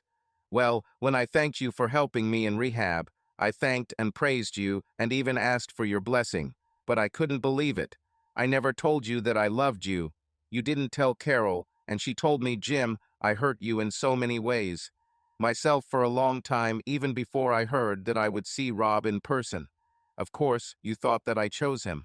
I love you. I love you as much as I can. Loving you better every day. I love you, Jim. Addie opened her arms, more nervous and excited than ever. She really didn't know what I would decide. I wasn't in a hurry to get to her, but I didn't make her wait either. I walked up to her and hugged her. She grabbed my shirt so tightly that she even scratched me through the fabric. Then she just fell apart. She seemed to be completely involved, completely sincere. But it was more of a relief than a reunion. I still felt something was wrong. Then I asked myself if this was what I wanted. And so it was. Have I retreated? Even if it was only for a moment, this was everything I wanted in life. Now that I have what I wanted, won't I allow myself to enjoy it? When I let go and hugged Eddie as tightly as I should have, she just melted away. I was thrilled that Addie was back. The next few months were heaven for me. Everyone, even Eddie, commented on her recovery and my support and obvious love for her. And Eddie's respect, I don't know what to call it, admiration for me. I know a lot of men never get this, so it's strange to say that even when you're basking in it, it's obvious that something serious is missing. I felt that the distance was growing between us. She looked at me with admiration for a long time, and then it seemed that she was more surprised at me. I didn't deserve this, but this strange feeling, especially in comparison, was alarming. I think everyone felt it as strongly as I did. It had to reach a boiling point. Addie stared at me as we prepared Sunday lunch in the kitchen. Her expression was amazing. I had never seen anything like it. Admiration mixed with inevitable vomiting. She obediently prepared everything she usually prepared to start our intimate afternoon. Coffee was an unusual addition. She smiled at me at every opportunity, almost like a housewife from a 50s sitcom. I moved us into the living room, simply leaving the kitchen there, and she followed me. When she handed me the coffee, her hands were shaking. She stood almost motionless, ready to offer me a drink. She put it on the table, and some coffee spilled, burning her hand. She looked in horror at the small amount of coffee spilled and the noise it made. It ruined the presentation and performance. A small incident threw her off the obvious script. She hurried to her dialogue. "Jim, I'm ready to remain your wife and try to make you happy for the rest of your days." These words seem strange between husband and wife. Why do I feel but? Her head shook slightly in a no gesture, but her eyes never left mine. "It's not fair and it's not good," she mumbled. Oh God, I thought, what's going on? Addie saw my face as I tried not to fall into 1,000 pieces. "But Jim, I long to be with Rob. I love you, I really do, but Rob." Addie squeezed her eyes shut. Her lips moved as if she was having an internal dialogue. She tried again. "You and I work so well together. We're perfect, let's combine. I know this won't always be the best match, but Rob and I are almost the same." Eddie stopped again. Her brow furrowed. Her mouth made a terrible expression, as if she was about to puke. She was terrified. When she finally formed the words, they were composed of pure sincerity. "I really love you, Jim. I want to love you more. I'm mad at God for not loving you more than Rob." I never felt myself falling. I only felt the impact of hitting the floor. Addie quickly walked towards me, but she still couldn't move quickly on her restored legs. I must have been lying there for a while. When she got to me, she knelt in front of me, hugging me. I knew it hurt her to kneel. "But I love you, Eddie." "I know," she said, sobbing, "and I love you. Forgive me. I love you more than I think many or most wives love their husbands. And I know that you love me more than any husband who I ever knew loves his wife but. Oh, I can't say it again. There must be a devil, Jim, because this must be his job. I've never felt anything but admiration for your presence, so why am I given a friend for whom my feelings can develop into? It's love, but it seems wicked, but it's love. I know we can't go forward together." She looked at me almost hopefully for a second. "Of course we can't. That would be a spit in the face of true love." I was as loud as I was obnoxious. I was something she feared, wounded, of course, but also disappointed in her. It burned her to the core, and this may explain the problem in our relationship. She cried and nodded. "I know, Jim. You didn't do anything wrong. You always put me first. And now, the time, the money, the effort, oh God, the love and dedication you put into my healing. You healed me when I was broken. You forgave me when I broke your heart. How could things turn out this way? I don't want to feel this way more than anything." Then she added quietly, "And I know that no one has ever loved me or loves me more. I know it, and I need you to know that I know it. It's just not fair, but I promise you because of everything. What have you done for me? I surrender myself into your hands. If you insist, I will stay with you. I will send Rob away." Her offer of loyalty and devotion seemed more like an insult, her eyes opening in fear as she finished. She saw the complete disgust on my face mixed with the absolute heartache in my eyes. I could read her thoughts. She had expressed herself somehow and tragically incorrectly. Her words brought me more pain than honor and love. "If I insist," I repeated, almost furious. "Will you stay with me and send Rob away? He shouldn't be around at all to need to be sent. If he's here, it's by your will. Will you make the ultimate sacrifice by leaving him? That shouldn't be a sacrifice. That's what should never have happened. And this offer, which is actually your duty, should be some evidence of my worth. But you will send it away if I insist, and then blame me for its absence. Should you? Send him away a long time ago, and 1,000 times still. If you send him away because I insist, and not because it is the only right decision, will it destroy your feelings for me? Will it always be between us? Regret what you did? Will you stay if I insist? You make me sound like a creep or some ugly, ugly monster. All I ever did was love you. Addie looked helpless. No, no, that's not what I meant. But that's what you said. I married you, not him. I loved you first. I owe you, she said, as if she was trying to convince herself more than me. I kept my mouth shut for a long time, but it was too much. It was time to be honest. Addie knew she had turned love into something twisted and ugly. The truth was only ugly because it made it that way. Only because of a commitment to me. Ha, you should have left him before it became love, but now you love him more. You've shirked your commitment to me at every turn. It's a little late to play the martyr.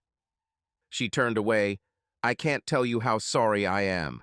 In many ways, I would have preferred death instead of this moment. Instead of telling you this, even instead of you finding out about my affair. What you found out about this in the hospital, where you were with me day and night, only makes it worse. I already knew, I hissed. Addie gasped. I noticed that my next statement was less intense. The sad reality sank into him. I've known for a while. I waited months for it to pass. It didn't.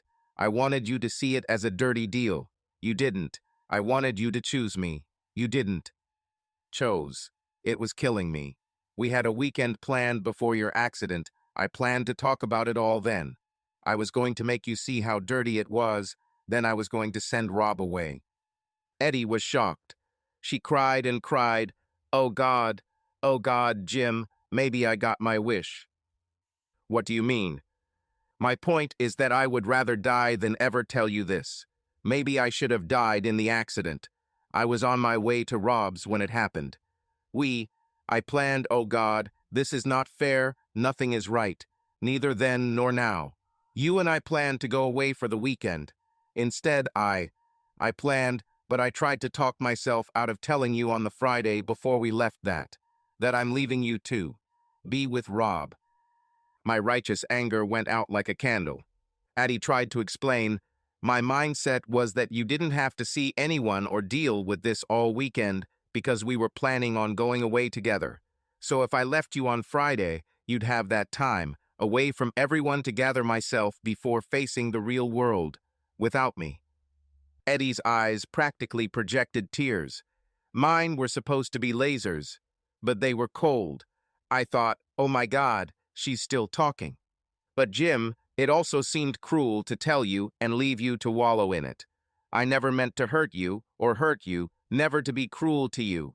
And yet, there was no way not to be.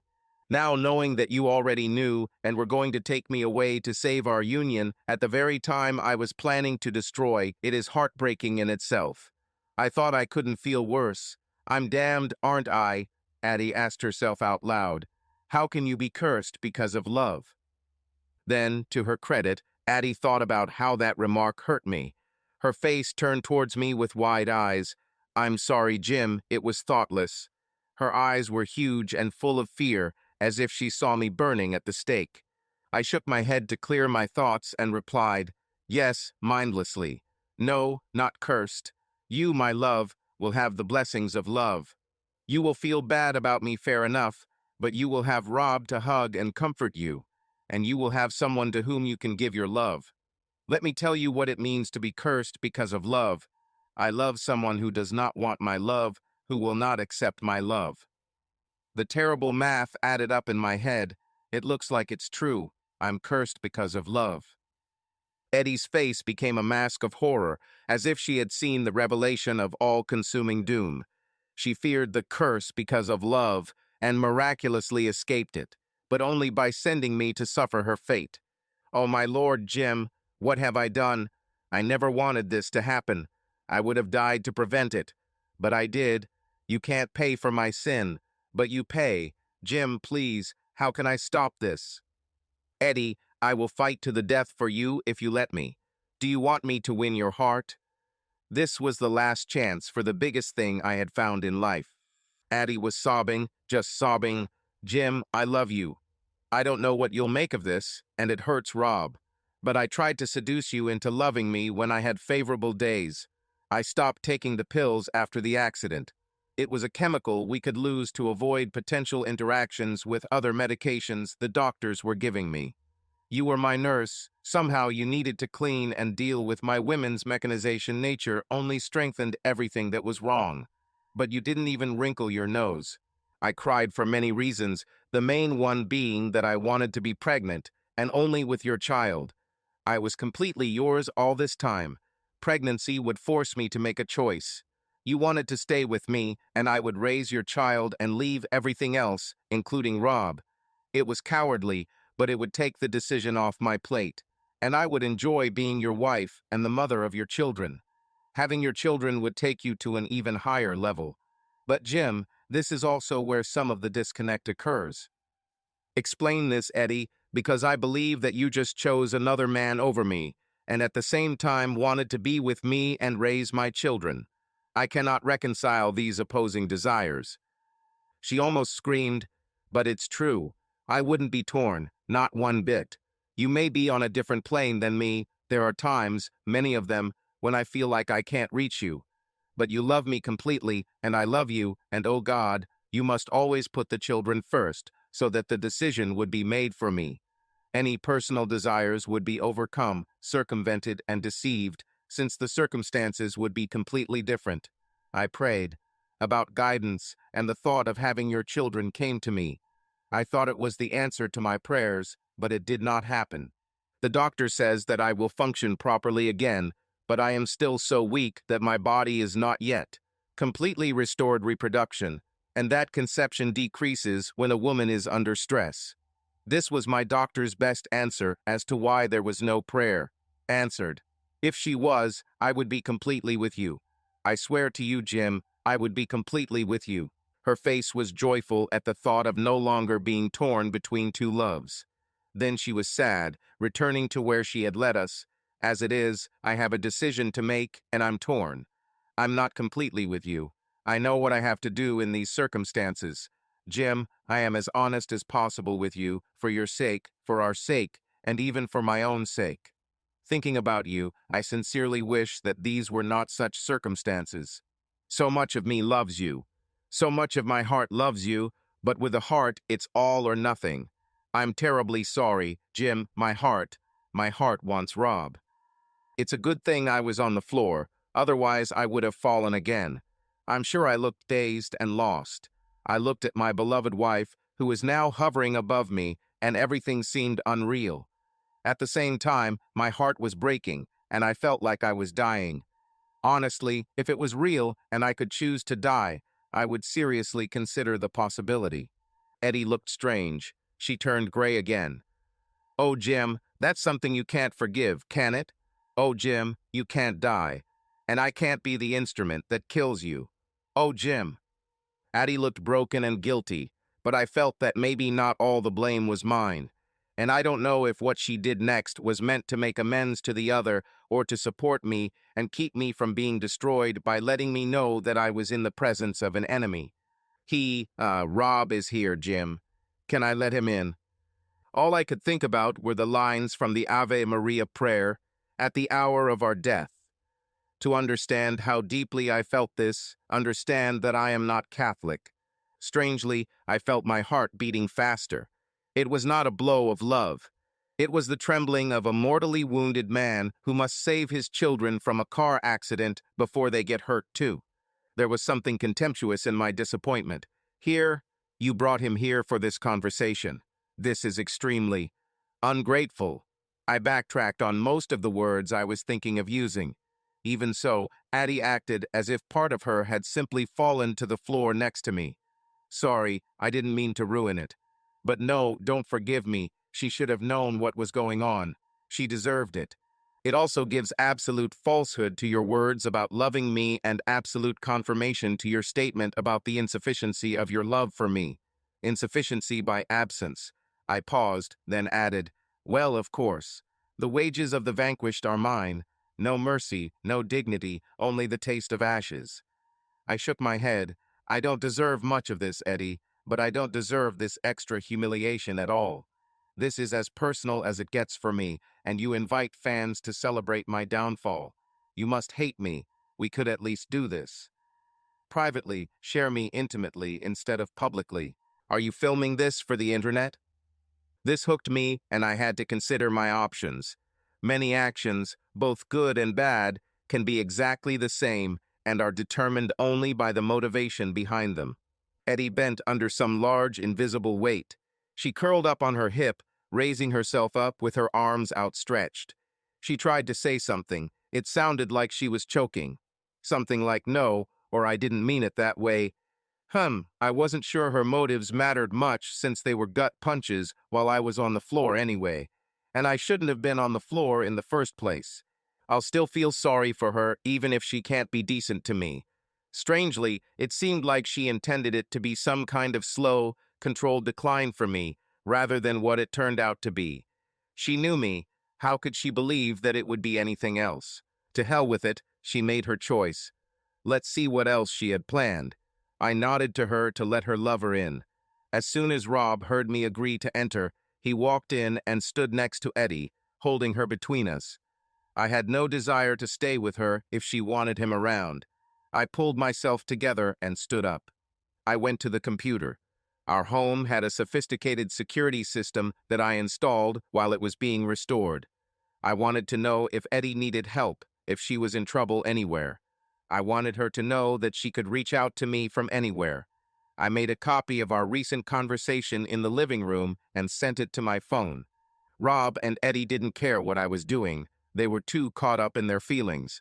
I think this conversation was so traumatic for Addie that she needed to have her own support. Ready. This was another shot at the balls for me. She cared about herself, but not about me. Damn it, I was ambushed. Now it was an ambush. What started out as a cordial conversation between spouses, Rob's presence made it something else. Addie saw how his presence changed my perception of events. She closed her eyes, realizing that his presence was a huge mistake. I looked at them. He was trying to help her. She was in despair, shaking her head, could not speak. I know my face expressed not only despair and pain, but also disgust at the contempt she must have felt for me. I never deserved this, and yet here I was, struck and destroyed by her hand. She didn't think about my condition. I'm sure they didn't call anyone to help me.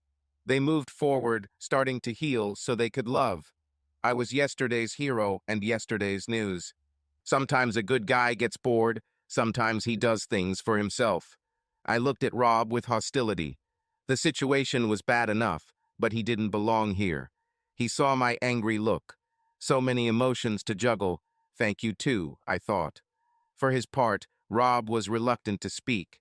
When he finally spoke, he tried to sound as conciliatory as possible. A wise man. He finally asked what I was doing at the computer. All he said was my name, Jim. I didn't turn to him. I answered as I continued to work. Rob, first of all, Addie is my wife at this point, and this is my home. Touching her here puts you in grave danger. Do you understand? His hands, which were reaching out to Eddie, froze, and in her honor, Eddie immediately began to crawl away from him. Despite what she did, her face was pure compassion for me now. Secondly, Rob, my family thinks Addie is the greatest woman in the world. It's because I told them she is.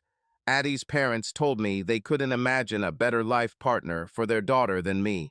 Moreover, I am the son they never had. Eddie started crying louder. Rob's face went through many expressions as he came to his conclusions. Wait, you don't understand, I warned.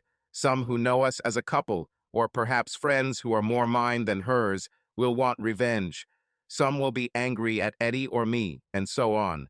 Eddie was honest with me about the facts of the matter, that she wants you, not me, and that she is sorry. She is deceiving herself, thinking that she still holds me in some special way, especially in love. That doesn't love me enough to fight for me or hold me, or frankly, from what I see here, care about me. I shook my head, figuring that no one wanted to hear another word today. The point of view was too ugly in itself. When the pause ended, I added, I'm going to have my say. Rob, I'm sorry, you won't love Eddie as well as I can or do. That's why, if you loved her and saw her break under the pressure of your demands, if you knew she was in love with her husband, who treats her well and loves her, you would remove yourself from the equation. That is, if you loved her as much as I do. I see how. She loves you so much now, and because I love her as much as I know, I also see how impossible my position is, and that my fighting for her will only hurt her. So, I remove myself from the situation. I love you. It's too much. I just can't let Eddie suffer. She howled. I was working in contradiction to myself. Rob looked at me with his mouth open. I took this as an invitation to explain further. Rob, I don't think either of us honestly believes that you wouldn't be dead in a matter of seconds if I wanted it. Well, I really want it, and really, very much. But your death would hurt Eddie, so instead I will die pushing you from under the bus because I love Eddie so much. I lost. It amazes me that I was never given the chance to fight for what I want most in life, the woman I thought was mine. I realize now that even after knowing about this affair for a while, Addie lost her love for me before I knew about it. I was dead all this time and just didn't know it. That explains all the expressions on her face that I couldn't read anymore. All those deep looks I got from her were pity or something other than love. Damn it, I could feel the lack of love. I shook my head to no one in particular. This last moment ate me up. Addie may not have had control over who she loved, but what she said to me with Rob by my side showed the complete lack of compassion that I found stunning for the person you lived with and once loved. When my veil lifted, I added soberly, I want one thing in the future. It could be far in the future. I never thought of you as a bad person, so why and how could you continue to accept my love, using it for your healing when you already knew that you stopped loving me? I never thought that you were capable of this. Before she could answer, I shrugged. I didn't want to hear another word from her today. It was time to end this. I pointed to the corner of the ceiling. This conversation, this scene, this debacle was captured by the security system I installed to keep an eye on Eddie as she recovered. This is not for spying on her. I thought I had defeated you. There was no need to spy. This was to make sure Eddie didn't fall and be left without help, assistance, or compassion. Today's random post will allow those who want or need to speak out on this matter because of their own emotional investment to know that it was love on her part and that it was futile on mine. That no matter how sad the end of our marriage was, this is what needs to be done, and they need to leave it. Those who will be angry about this should know that they should just leave you alone. It's too late, it's over. They need to direct their efforts and energy elsewhere. So this will be my last gift to you both. I heard Addie sigh, and then in a hoarse voice say, Jim, one day I'll talk to you. Alone. I'll do it right when we do it. I'm so sorry about today. Everything that happened today and everything, what led to this. But you already have the answer, so I will meet you that day to answer it. I do not agree with your assessment of my love for you. I am pathetically weak, and I have failed miserably in love. To you. A good and true person should never go through this with the love of his life. I needed you and loved you, and I didn't want to ever take myself away from you. I need you now, but I know I don't. I can continue to steal from you. If I could not find a way to be completely yours, especially in light of how completely you give yourself to me, then I should not continue to steal your love. I tried and failed. I know that my failure will crush you, and I'm sorry for that too. I didn't deserve your love. All you wanted in life was a very flawed me, and I really wanted to give it to you. All the demigod who loved me wanted was a weak, unworthy, mortal me, and I wanted to give you what you wanted. I knew that I would ruin it. Every time I thought about it, I felt a little less in comparison with you, and I felt like I was a little more distant. I didn't want it. Obviously, I never found a way to fight it. I still love you and always will, but that's not enough. I have to answer for this, Jim, and the day he comes, I won't let you down. But Jim, I will. I'm afraid that the opportunity to redeem myself will not arise in this life. No matter how hard I try to find a way out, I could not escape my fate of hurting you in exchange for your love for me. We were silent for some time. I thought about the things I need to take with me. The thought was spinning in my head. Finally, I said, I don't see why I have to leave. It's on you, Eddie. You have to go. I saw on Rob's face how he didn't expect this, and also wasn't interested in the house being manna from heaven for him. This calmed my anger. I added, but really, staying here now would be haunting me with the echo of your absence. I sighed, if you haven't already, Eddie, don't sleep in our bed with him. Just throw away the mattress with the memories of me on it. She showed no signs of past guilt about Rob's visits to our bed, so at least I had that. She didn't even pale at my less than romantic term for their physical expression of love. I turned to collect my things. I added while my back was to them, Eddie, I won't cause you or you any problems, but try to stay away from me. I don't want a humiliating encounter with you and another man. Addie could tell I wasn't finished. I hesitated, searching for words that would not burden my question with my own losses. I have to ask you something. I'm asking because I'm concerned about your happiness. Before I answer, I want you to really think about it. I paused again, letting her know that I was asking a question, not discussing it. Is this really what you want? Specifically, him instead of me? I nodded towards Rob. Eddie responded so sadly that it was hard not to comfort her. I thought about this almost all the time. Yes, this is what I want. I raised my hand before she could say she was sorry again. I said, then once I'm gone, it's irreversible. You can't keep jumping between us. Rob certainly made a wonderful return to your heart. He worked very hard to make this happen. I won't. I'll respect boundaries and your love together, doing the opposite of how Rob disrespected ours. Also, I will not want you back. You made a choice for your happiness, despite my significant damage. Perhaps one day you will realize that I never did the same towards you. It may change your mind about who can take better care of you, but it will be too late if you let me go after all this. I won't be able to come back. Wait, Eddie suddenly shouted. I turned to her. Addie pulled herself up, supporting herself with her arms outstretched. Jim, somehow you knew you were in this mess. You knew about my infidelity for much longer than I thought. Even if you didn't know it would happen today, even if you didn't believe that this would be the result. The look of self-hatred on her face at those last few words stopped my heart. I don't know how she could think, but she didn't plan for it to be so. Bloody.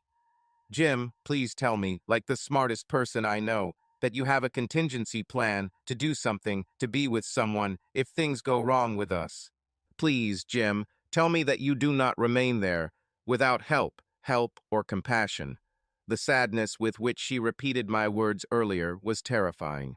I answered honestly, honey, you said it yourself, with an all-or-nothing heart. I understand how love works, even if I don't understand love. I thought I did. Clearly not. Everything proves it. Her head bobbed back and forth, saying, no, no, no. Rob wanted to hug her. Eddie signaled for him not to do this. Jim, this is Rob and I together, there for each other in the future, as you say, but we both owe it to you. We are not possible without your permission. As you said, you could kill Rob, or me, easily. She walked a tightrope, understanding the facts on my side, while not wanting to humiliate Rob. It seems like Rob and I are the everyone in an all-or-nothing scenario, and you get nothing. What can we do for you? I promise, and you have the same from Rob, we won't cause any problems. I will support you in whatever you need, organ donation, whatever. There was nothing I could have said to make her feel better about what she had done. I didn't want to, and according to her, it was no longer my job. Everything except getting my love back, right? How did you support me all these months while I helped you recover while you were planning to leave me? I said this calmly, without anger, but the truth in the words was ugly enough in itself. She lowered her head. You need to know that this is not entirely true. Today, this hell I created was a recent decision and not nearly as thoughtful as I thought. I can't believe how poorly I handled it, and how, across the board, I was in a hurry. It seems that once I was convinced that this had to be the outcome, allowing you to live in a world that I knew I was going to destroy was another betrayal I never intended or thought it would be. Terrible. And God is my witness. I understand every one of your objections. I am guilty of almost all of them, as I am accused. I don't know why they were not obvious to me. And yes, I know how much this statement hurts you too. At least I can be honest. Now that I've ruined the life and dreams of the best person I've ever met. I saw Rob look at Eddie. She answered him quietly, in a manner that I thought was appropriate. Rob, you know, she looked at me with a grimace, how I feel about you. But neither you nor I can be considered such good people as Jim. He is completely innocent. We are deceivers. We did this to him. He did you a very good thing when he probably should have killed you. We both selfishly take what we want and move towards a happy life together. But our happy life is built on the radioactive wreckage of what we did to our once happy life. Jim, we destroyed him to get what we wanted. We did not intend to hurt him, but we knew what the price would be for our unification, and we sentenced Jim to pay for us. This, however, perversely proves that you and I are made from the same cloth and that we deserve each other, if not happiness. Eddie's eyes begged Rob to understand. What was it like? He seemed to understand. I had a perverse desire to add a fly in the ointment to their happy future. So you want to do something for me to make it up to me. What do I need now? I planned to win, to protect love, but so did you too, and you won. Amazing, Eddie, you competed with me. She forced out another sob, amazed at herself. So love has its winners and its defenders, as well as its losers. I was completely involved. I was given great love. I defended it with everything I had, well, at least with what I was allowed. I just couldn't protect my marriage and love from my own life partner, from the woman I loved. I could do it now, but I won't. I still respect the love that was given to me, no matter how much I was disgusted with it.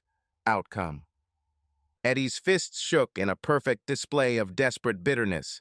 I might be bitter towards myself because my wife found me inadequate and not worthy of her love, but I didn't have to despise myself or know that I had ruined the person I loved. This will be a big burden for Eddie in the future. As nice a guy as Rob was, I couldn't imagine him being up to the task. Honestly, Eddie, I have no backup plan, no contingency plan. I have nowhere to go, nothing to do, no tomorrow. I was fully involved. How could I be anything less than fully involved and to honor you or love? I never deceived love or you. So what do I need when I have no known future? It was never possible to lose. I turned again to go pack my things, suddenly wondering why I was doing this. Maybe I should leave without anything. I could easily pick up all the necessary hygiene items. Any supplies I was going to take didn't help me save my life or save the love of my life. How good are they? What value do they have? Maybe I should leave completely. I took my phone, wallet, and keys from the table. I could come back for something else later. Addie asked the question in a hoarse voice. How will you live? I turned to her, stuffing my modest belongings into my pockets, reminding myself that I asked for this. Eddie was shocked.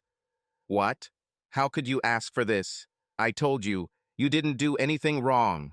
Addie was confused and angry that I felt that this debacle was somehow my fault. She wanted to protect me. It's too late for that, I thought. I tried to smile while explaining. No, I love you. I didn't want to lose you. But that doesn't change the fact that the matter was decided against me. It's the sober realization that it was decided before I even had a chance to fight. I spent 2 years making one last desperate push, only to discover that it was a foregone conclusion, hell, probably those 2 years ago. I looked up, shaking my head. I should have held on a little longer. I thought, well, you've taken everything from me. Can you let me walk away with a little dignity? Can you scratch the bottom of the barrel for this? If not, I understand. It's beyond our agreement. But it hardly seems an unreasonable request in these circumstances. After my prayer, I cleared my mind to talk to Eddie again. Eddie, here's the how and the why and the why. You see, Eddie, Even in those months when I knew about Rob before the accident, I wanted more. I wanted you to love me, for you to choose me, and for us to have what we once had. And I was ready to swallow my pride to have it. I was ready to turn a blind eye to your betrayal. But then the accident, and you were still in a coma, in a state of neither life nor death. You had nothing in this state, and I could not have what I so fiercely craved, you. I was so desperate that, having tried everything I knew for your sake, I began to try what I did not know. It came to me like a bolt of lightning. In my desperation, I asked God if I could make a deal with him. I wanted more, I wanted you, but even if the price was losing you and your love for Rob, I would pay. This price if he would just let you live again. I held back tears as they filled my eyes. So, good deal for you, huh? I had to pause to maintain my composure. How can I complain? The Almighty gave me what I asked for. Right? I coughed a little. So, Rob, make the best of it. Because, as I've always thought, Eddie truly is a gift from God. Rob just stood there with his mouth open. Eddie started to cry and wanted to hug him, but thinking about me, she pulled away from him. Eddie knew me, I wasn't prone to hyperbole. I truly believed what I told them.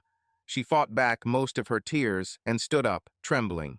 As she stood up, Addie walked away from Rob, knowing that my last memory of her should not be with another man. She bowed to me with reverence. I nodded slightly and turned to leave. I didn't look back. My time was up. I lost. So call me whatever you want. I didn't burn the bitch or kill the one who interfered. Maybe they will punish themselves. I have no desire to do that. Just because I was relieved of my responsibility to protect my wife does not mean I no longer wanted to protect her. Damn it, I still loved her. It's a happy ending just for them, and not a completely happy ending even for them. Knowing their suffering, Eddie's guilt, and the likely reactions of our friends and family, I can imagine what they will face in the future. Did I want them? Did I want Addie to suffer? Remember, I wanted her to live. I know the heart isn't supposed to be reasonable, but the inconsistency between wanting to lose her if she could live and wanting her to live with constant guilt or remorse won't do. No, this is not love. I want Addie to be happy. I want this so much that I am ready to pay for her happy life with my own. My only regret is that my love for her will inevitably fade to some extent. This has to be for me to survive without her. However, I passed an important test. As a parent releasing your child into adulthood, you need to allow those you love to seek their own happiness. You have to love them enough to let them break your heart.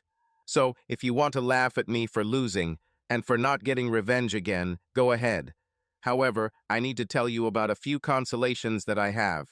One turned out to be unhelpful, but a complete offer of love and support to my wife, and the result doesn't seem like much of a consolation, does it? This is it. When you lose the most important thing, the craziest thing there is the possibility that there was or could be something else that you could try. All those could become shoulds against the backdrop of lost love. The fact that I gave everything makes me look stupid and weak, even ridiculous to some. But I really gave everything. It just wasn't enough. Or maybe there was enough, but Addie just didn't want it from me. In the end, there was nothing I could do about it. There was no mitigation of my defeat.